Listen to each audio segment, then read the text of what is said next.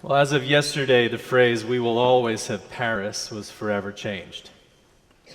For us, for the Parisians and the world, with coordinated terror in a beautiful city, useless violence and killing that took innocent lives, we jumped from grief to support, French colors flying through Facebook and on the monuments of the world and on our buildings downtown.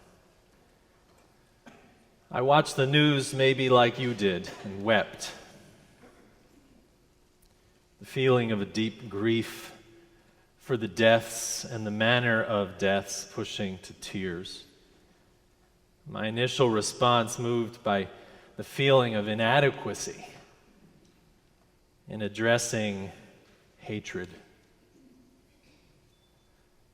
and the possibility that, like September 11th and how it pointed to war, this too would push us to reactivity, and the sadness for the devastated people I saw trying to make sense of all this on the television.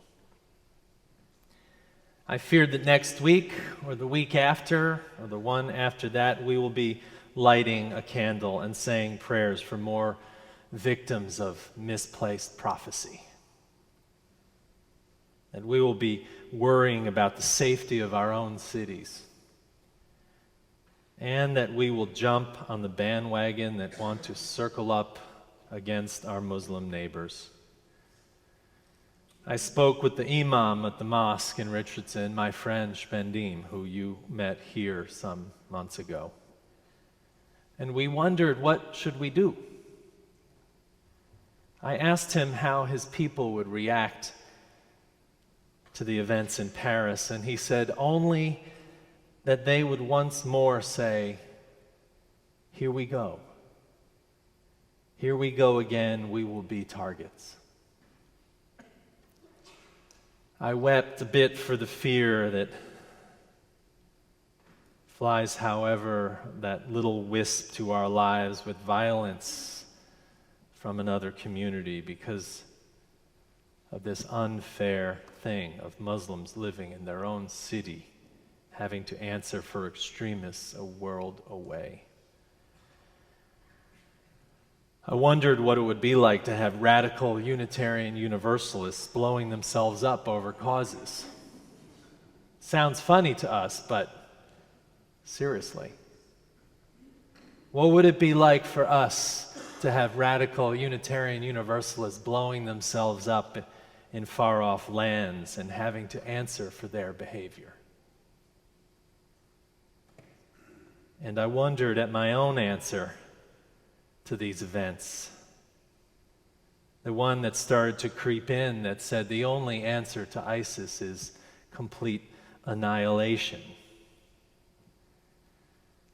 I wept and mourned that within me I could see myself moving from standing on the side of love to standing on the side of annihilation. And what that means as a person of faith and as your minister, knowing that that could be the answer we could come to. And the only good that came of sitting in the living room watching the BBC yesterday was, as the French tried to make sense of their world, there was a temporary parent-teenager ceasefire in our house. As I turned to say to my teenager, "Do you understand why we want to know where you are tonight?" A little unfair, I know. But effective.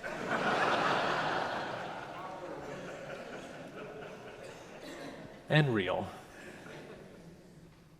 I'm sure I'm not the only parent in this room who's ever said that. I knew that what I was feeling and experiencing in that moment was a bit what you were feeling, perhaps.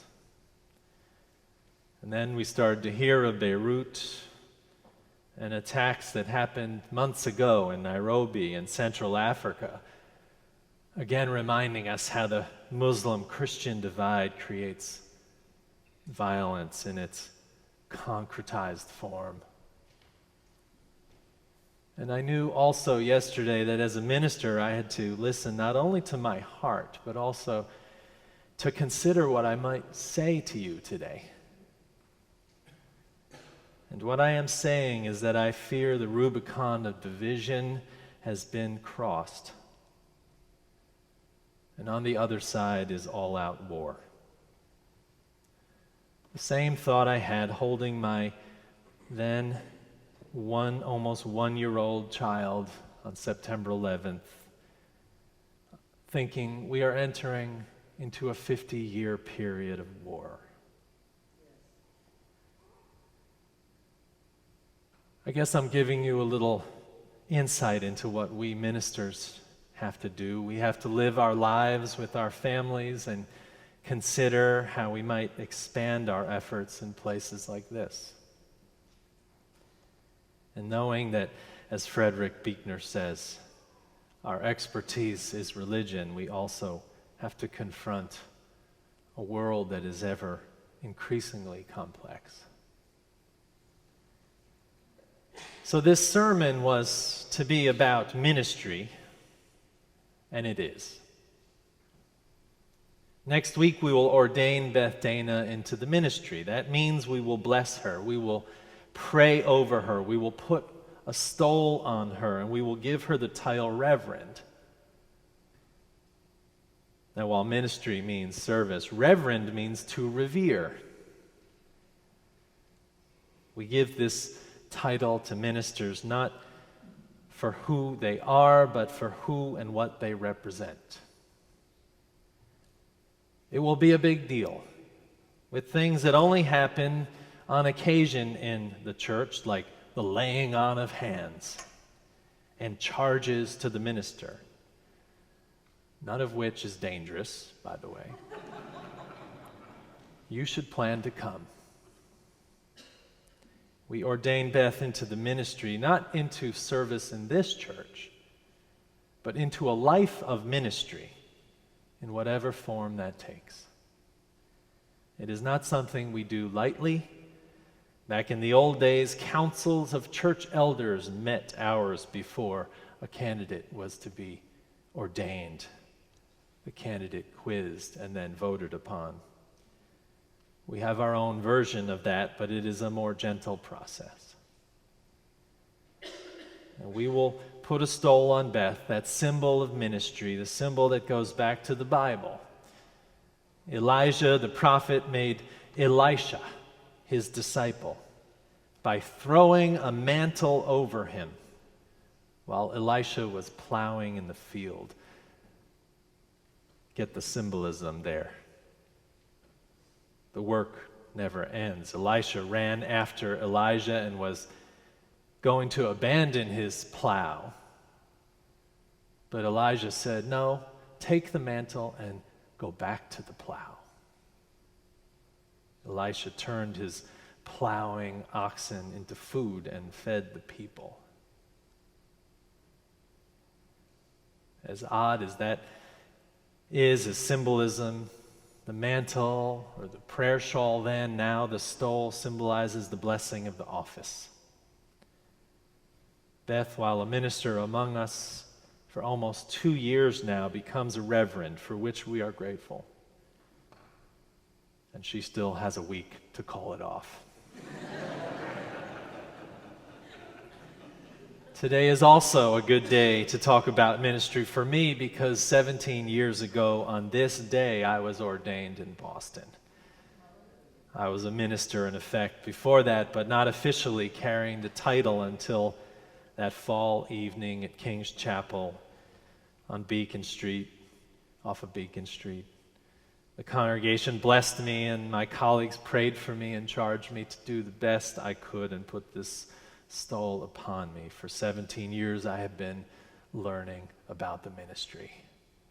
On occasion I reflect upon it, and that's what we're doing today. Amen.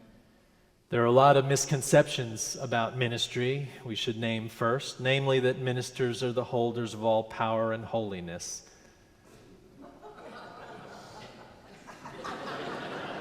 That is a misconception, right? Maybe it's not. Maybe it's not. There is some truth to us being set apart to be able to do what we do, but we are not holy.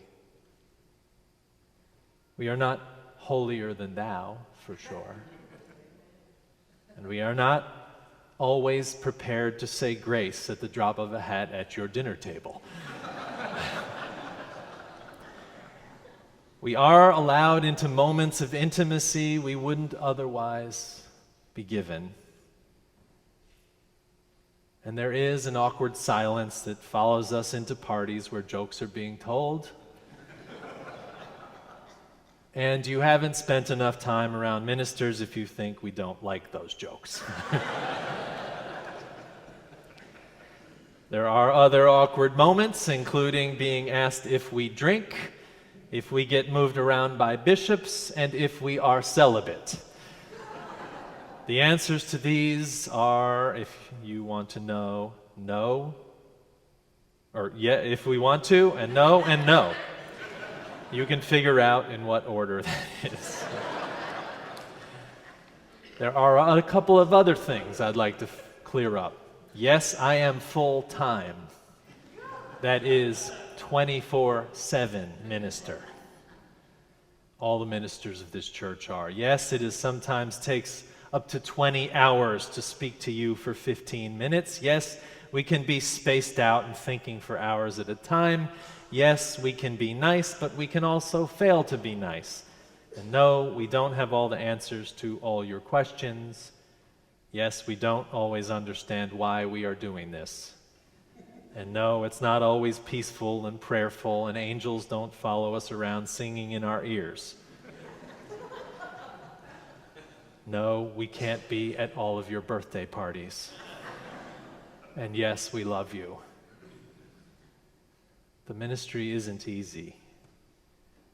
Anyone who would have told me exactly the amount of scrutiny I would be under, combined with the amount of expectations I would receive in ministry 17 years ago, might have been encouraging me to go back to my 9-to-4 teaching job. But yes, we love it.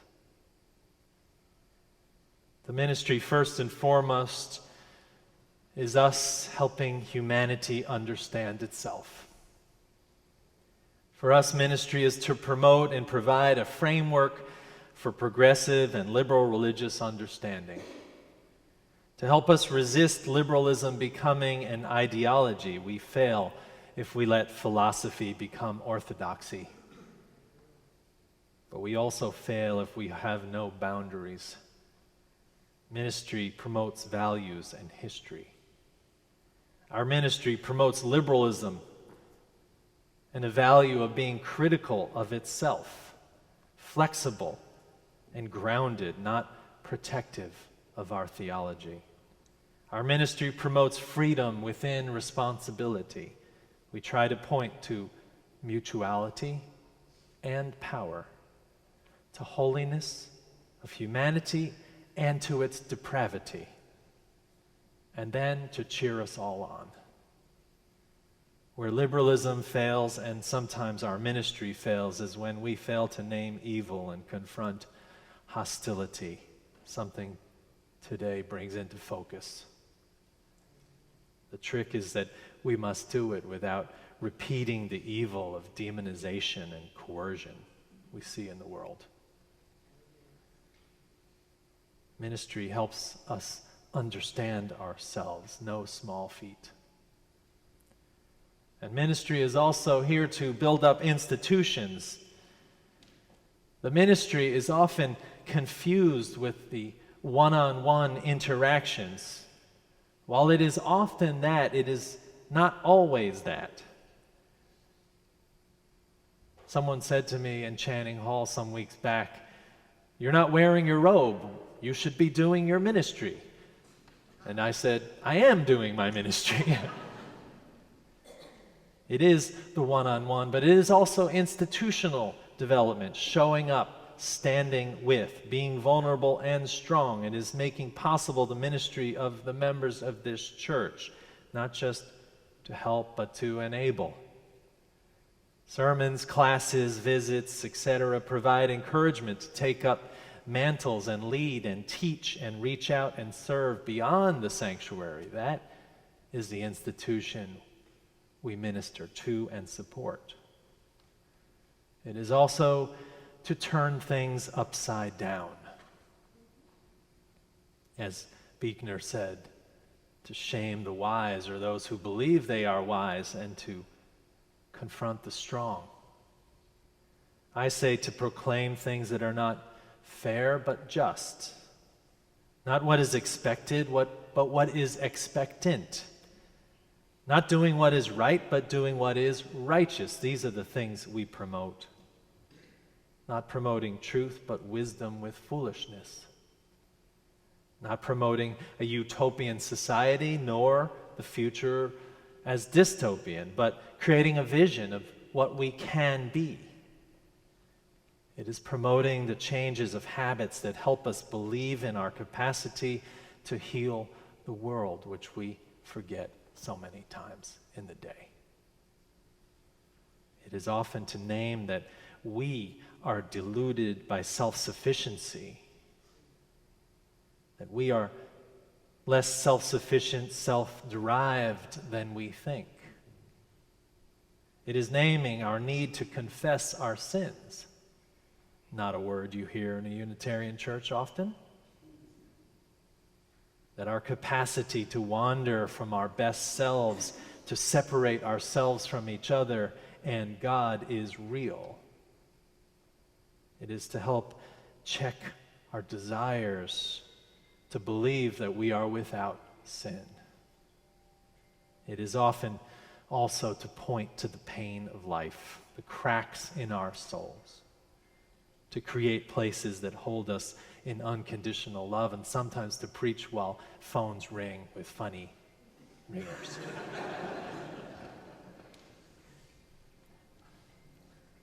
It is to name ourselves and each other as accepted and acceptable. And it is personal.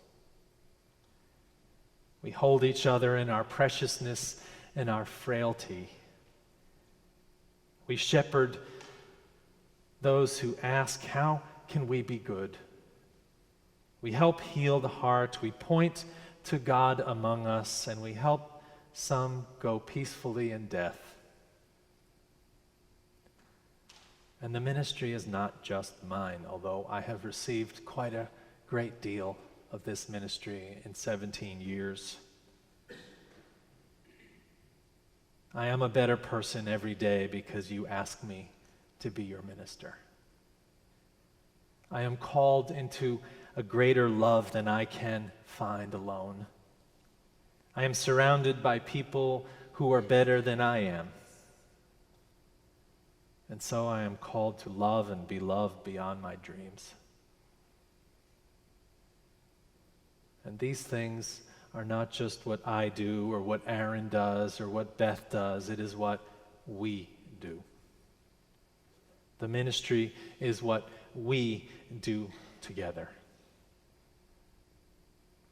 Universalist minister, now gone, Gordon McKeeman said, "We who minister speak and live the best we know with full knowledge that is never quite enough, and yet are reassured by lostness found, by fragments reunited, by wounds healed and joy shared. Ministry is what we all do together." The title of Reverend is about what and who we represent. It is not just a title. It is a power, a special power.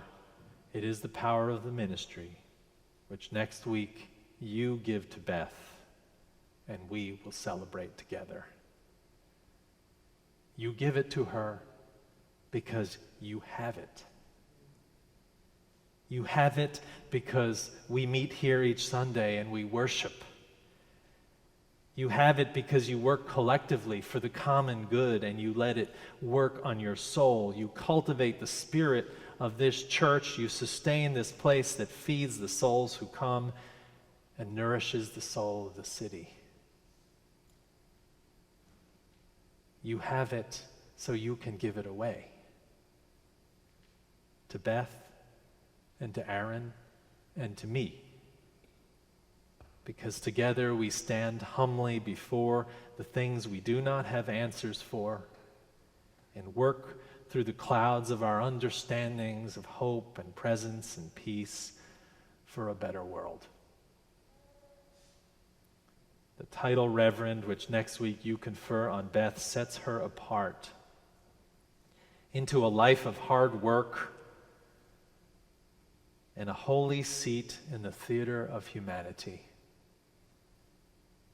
But it isn't just her work, it's all of ours. And let that work today be in part healing from the violence in Paris, in part encouraging each other to know that we will go on, that a greater love will always be better than annihilation. Let that work be a celebration of life in its good and holy form that each of us here sitting in this place contain. Let that work be a celebration for the moment of our worthiness and the abundant love which holds us. Thank you, friends, for this ministry, yours and ours. Amen.